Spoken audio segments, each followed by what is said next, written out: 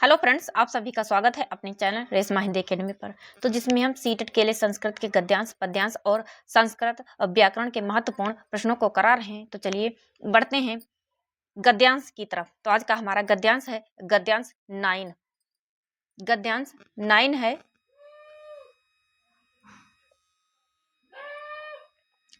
एकस्मिन् नगरे एका नृपा आसीत्, यानी कि एक नगर में एक राजा रहता था। तस्य भवने बहवा पशवा आसन, यानी कि उसके महल में बहुत से पशु रहते थे। तेन नृपस्य सेवायाम अकुर्वान अकुर्वन, यानी कि ते नृपस्य सेवायाम अकुर्वन, यानी कि वे राजा की सेवा किया करते थे। इनकी वे पशु राजा की सेवा किया करते थे। तेसु पशुषु एका बानरा अपि तस्य प्रिय अभवत्, इनकी उन पशुओं में एक बंदर था जो राजा को अत्यधिक प्रिय था। इनकी उन पशुओं में एक बंदर था जो राजा का बहुत प्रिय था। एकदा नृपा सुप्त आसीत, यानी कि एक बार राजा सो रहा था। तदा सा बानरा व्यंजनेन तम अवीज यत, यानी कि एक बार राजा सो रहा था, तब वह बंदर उस राजा को पंखे से हवा कर रहा था। तस्मिन काले एका मच्छिका नृपस्य नासिकाया ऊपर उपाविशत, यानी कि तस्मिन काले यानी कि उसी समय एक मक्खी राजा के नाक पर आकर बैठ गई। बानरा वारंबार ताम मच्छिका व्यंजनेन निवारयत, यानी कि बंदर बार बार उस मच्छिका को यानी कि उस मक्खी को पंखे से हटा रहा था। यानी व्यंजनेन निवारयत, यानी कि बंदर बार बार उस मक्खी को पंखे से हटा रहा था, यानी कि हटाने का प्रयास कर रहा था। तथापि स मच्छिका पुनः पुनः आगत तत्रैव अतिष्ठत, लेकिन वह मक्खी बार बार आकर वहीं बैठ जाती। तेन सह बानरा क्रुद्धा अभवत, यानी कि तेन सह बानरा क्रुद्धा अभवत, यानी कि वह बानर इससे वह बंदर क्रोधित हो गया। इससे वह बंदर क्रोधित हो गया। ताम मच्छिका हंतु स खड्गेन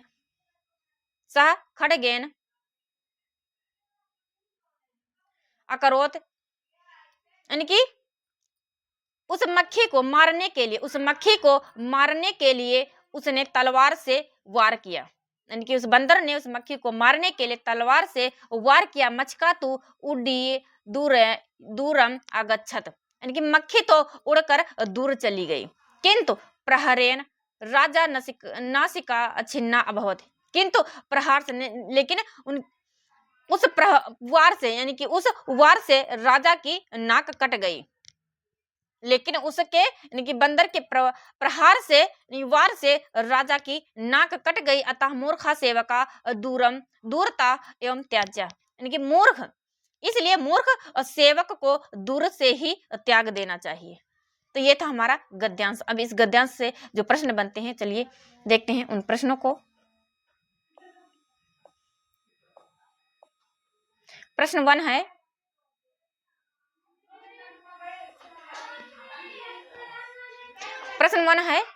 प्रश्न नृपः कुत्र आसीत, यानी कि राजा कहाँ रहता था। नृपः कुत्र आसीत, यानी कि राजा कहाँ रहता था। ए है वने, बी नगरे, सी ग्रामे या फिर डी पर्वते। नृपः कुत्र आसीत यानी कि राजा कहाँ रहता था, तो इसका सही आंसर है बी नगरे, यानी कि राजा नगर में रहता था। चलिए बढ़ते हैं अगले प्रश्न की तरफ। अगला प्रश्न है प्रश्न 2। प्रश्न 2 है कि नृपस्य प्रिय का आसीत, यानी कि राजा को कौन प्रिय था। नृपस्य प्रिय का आसीत, यानी कि राजा को क्या प्रिय था। ए है अश्व यानी घोड़ा, बी है गजा यानी कि हाथी, सी है बानरा यानी कि बंदर, डी है श्वान यानी कि कुत्ता। तो नृपस्य प्रिय का आसीत, राजा का प्रिय कौन था। इसका सही आंसर है सी बानरा, यानी कि बंदर राजा का प्रिय था। चलिए बढ़ते हैं अगले प्रश्न की तरफ। अगला प्रश्न है प्रश्न 3। प्रश्न 3 है कि बानरा नृपा किम कृत्वा अविजयत, इनकी बंदर राजा की सेवा किस से कर रहा था, यानी कैसे कर रहा था। ए है हस्तेन यानी हाथ से, बी है पतन यानी कि पत्ते से, सी है व्यंजनेन यानी कि पंखे से, व्यंजनेन यानी कि पंखा, डी है वस्त्रण यानी कि वस्त्रों से। तो बानरा नृपम किम कृत्वा अविजयत, यानी कि बंदर राजा की सेवा किस प्रकार कर रहा था? तो इसका सही आंसर है सी। क्या है प्रश्न 3 का सही आंसर है सी, यानी कि पंखे से राजा की सेवा कर रहा था। यानी कि राजा जब सो रहा था तो बंदर पंखे से राजा को हवा कर रहा था। अगला प्रश्न है प्रश्न 4 है,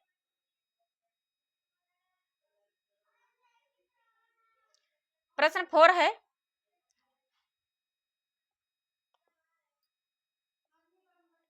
कि मच्छका कुत्र उपाविशत, यानी कि मक्खी कहाँ आकर बैठती थी? ए है नेत्रे, सी है कर्णे, बी है कर्णे, सी है नासिकायाम, डी है हस्ते। तो मच्छका कुत्र उपाविशत, तो मक्खी राजा के नाक पर आकर बैठती थी। तो इसका सही आंसर है सी नासिकायाम। तो मच्छी का कुत्र उपाविशत, तो मक्खी कहाँ आकर बैठती थी? तो इसका सही आंसर है सी नासिकायाम। यानी कि मक्खी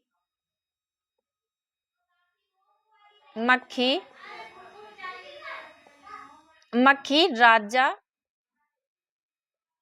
के नाक पर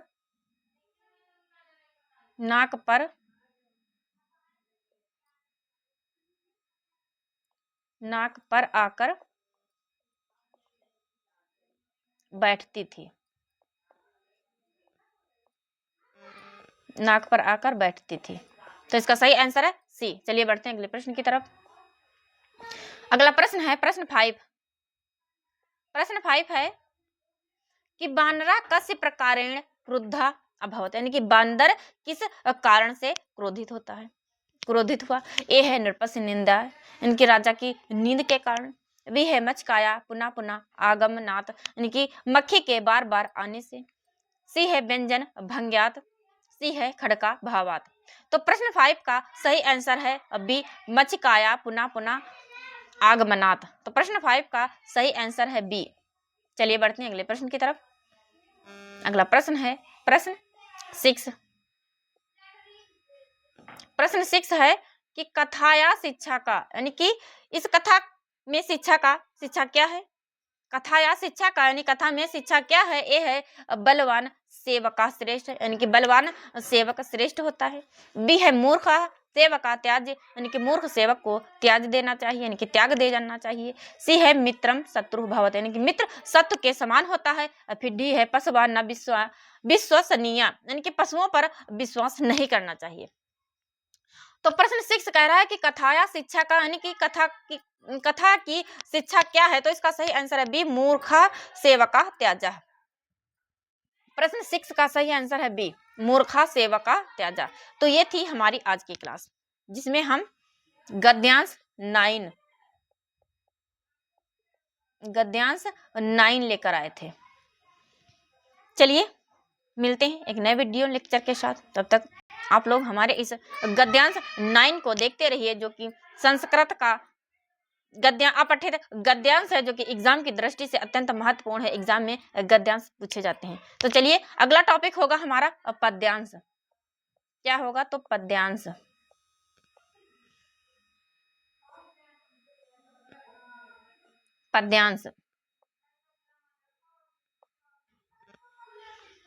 चलिए मिलते हैं नए वीडियो लेक्चर में। Thank you.